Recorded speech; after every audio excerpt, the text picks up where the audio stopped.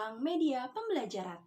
Perkenalkan, nama saya Salma Namiroh, alumni mahasiswa PGSD Universitas Pendidikan Indonesia Kampus Cibiru tahun 2021.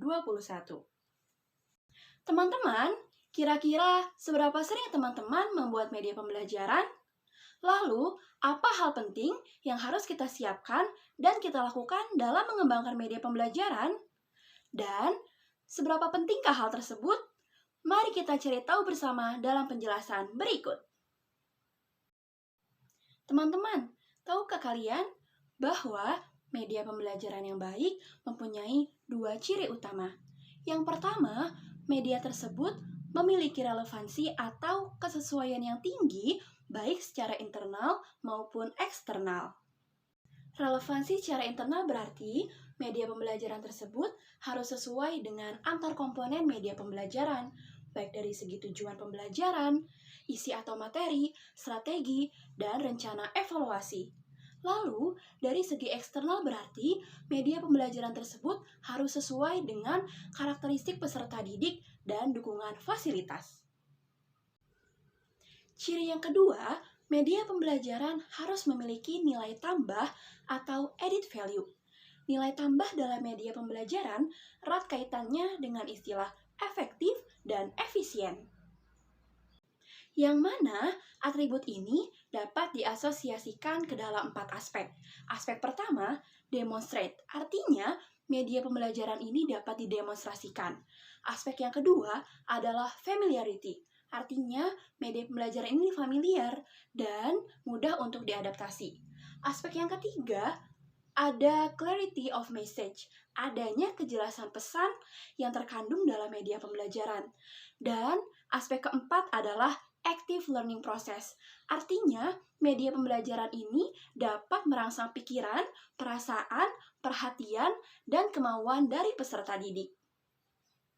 Teman-teman para pengembang media pembelajaran, untuk menjaga dua ciri utama tersebut dapat kita lakukan ketika kita mengembangkan garis besar program media atau yang dapat kita singkat dengan GBPM. Lalu, apa itu GBPM? GBPM adalah rujukan yang dijadikan referensi dalam penyusunan suatu media atau produk pembelajaran, yang mana GBPM ini memiliki fungsi dalam perencanaan pengembangan media pembelajaran. Fungsi yang pertama adalah irrelevant minimize, artinya GBPM ini dapat meminimalisir kemungkinan kesalahan materi. Fungsi yang kedua adalah misleading minimize, artinya GBPM ini dapat meminimalisir bentuk penyimpangan media pembelajaran dari tujuan pembelajaran yang mungkin saja terjadi dalam bentuk sajian dan pengembangan materi yang berlebih. Dan fungsi yang ketiga adalah reversible, artinya GBPM ini memudahkan dalam proses perbaikan jika nanti setelah produk selesai ada kekurangan atau kelemahan dalam media tersebut. Teman-teman, dari penjelasan tadi sudah tergambarkan bukan bahwa GBPM mempunyai urgensi yang penting dalam proses pengembangan media pembelajaran. Lalu, bagaimana langkah kita untuk menyusun GBPM yang baik?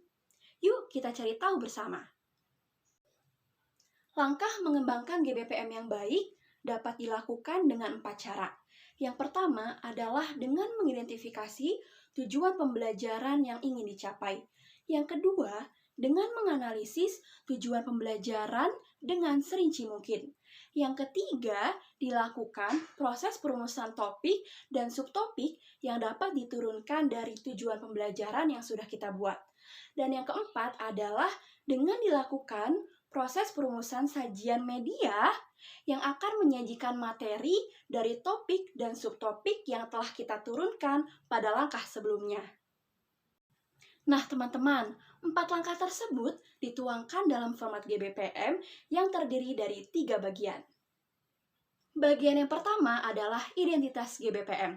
Identitas GBPM ini merupakan rumusan dari langkah pertama dalam mengembangkan GBPM. Bagian yang kedua adalah analisis konten kurikulum, yang mana langkah kedua, ketiga, dan keempat dirumuskan dalam sajian yang sama dalam GBPM tersebut. Dan bagian yang ketiga atau bagian yang terakhir adalah keterangan. Pada bagian ini dapat ditambahkan sajian informasi yang dapat memperkuat materi yang telah disajikan pada GBPM yang telah dirumuskan. Nah teman-teman, bagaimana langkah mengembangkan GBPM yang baik? Mudah bukan? Kalau begitu, selamat mencoba untuk teman-teman para pengembang media pembelajaran di luar sana. Semoga penjelasan tadi bermanfaat. Sampai jumpa di lain kesempatan. Selalu semangat para pengembang media dan bahan ajar. Jangan pernah berhenti, tingkatkan kualitas dan selalu berbagi. Wassalamualaikum warahmatullahi wabarakatuh.